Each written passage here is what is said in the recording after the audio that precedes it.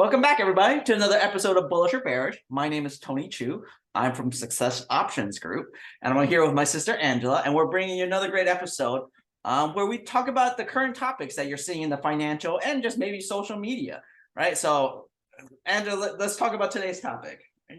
So we have a really interesting topic today, and we're going to give you the pros and cons of it. And I'm actually pretty lucky this time because I'm taking the pro side to the fact that there have been tons of technology layoffs. So I'm saying that this is a great thing. This is like a good thing.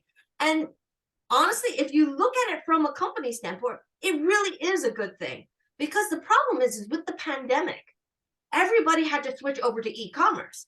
And one of the things that the management kept doing was like hire.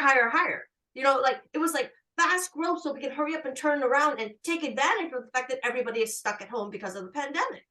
Now that things are slowly moving back to normal, it makes sense that they might have overhired during that time. They have to like reorganize and figure out what actually works for the structure of the company, because you have to admit it's a business. The business will not stay open if they're running in the red, like if they're losing money.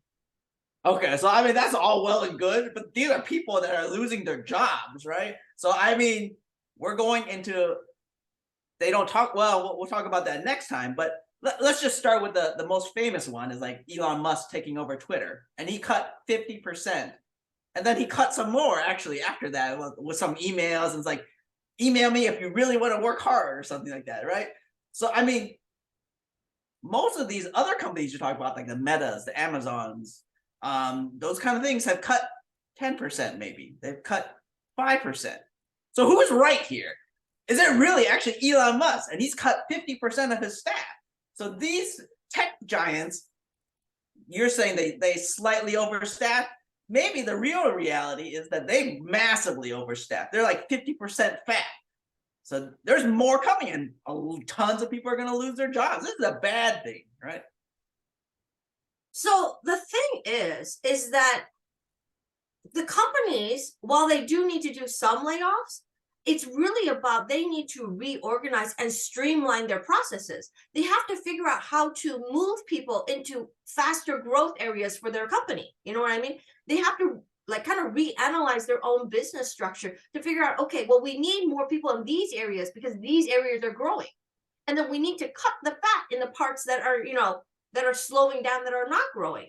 And people who refuse to retrain, refuse to like move into like the faster growth areas, they have to accept that by refusing to like kind of help out with the company in the direction the company is going with, they are pretty much saying that whoever the company is going to cut first, it's going to be the people who are not trying to help the company grow in the new direction. Yeah, but like, so now you're kind of, in a sense, you're saying trust the tech giants, right? And I would come at the other way of it. It's like, why should I trust these tech giants? You had some companies that just spent tons of money rebranding. Facebook became Meta, right? And Google became Alphabet. And they kept hiring, and Netflix says, oh yeah, we're just going to keep getting subscribers. We're just going to keep growing. We're going to keep... None of that happened, right? As soon as the pandemic ended and people could go and live life and not just be stuck at home, they did that. And that's why everybody's losing money. So why I say there's no trust of these tech giants. They have no plan. They went and rebranded into Meta, and nobody cares about Meta, right? And I just don't like, there's no trust of these CEOs of these tech giants. They don't know how to survive in hard times, versus some of like the big brands that are like consumer products, P&Gs and all these, like they've done it. They know like you can't go too far in one direction either, like in a depression or in a good environment. So I'm gonna say, okay, I totally get what you're talking about, like with Elon Musk, because like he took over Twitter and then tried to treat it logically like a different kind of more scientific company, not realizing that Twitter is, has a lot more interpersonal reaction, like relationships. It has a lot. It's a social media thing, which is different from making a car, where you have like a line, like a manufacturing line. It's a very different, in a sense, it's still tech, but it's different. You know what I mean? So I did, see some information about him like firing people and then realizing he needs to keep key people. The point is that key people are needed always, right?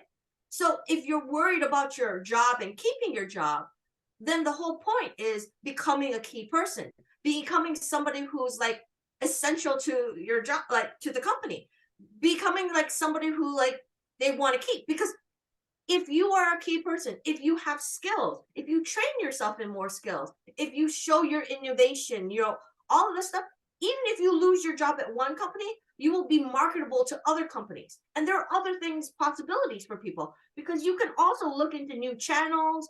You can even look into new industries because frankly, talented, smart people, like they get hired. So it's about making yourself talented. Okay. So I mean, but now we're going into like we've had prior videos. We're going into like a depressionary kind of environment, right? Where like everybody's pulling back. Like the jobs are not going to be there.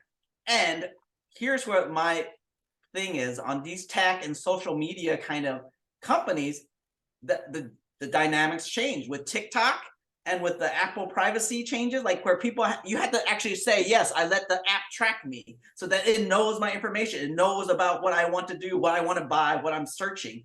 And this changes the whole tech model where they don't have that information, right? And so they can't sell your personal information and make money off of that, which is how a lot of these companies are doing it. So I would say that tech's dying.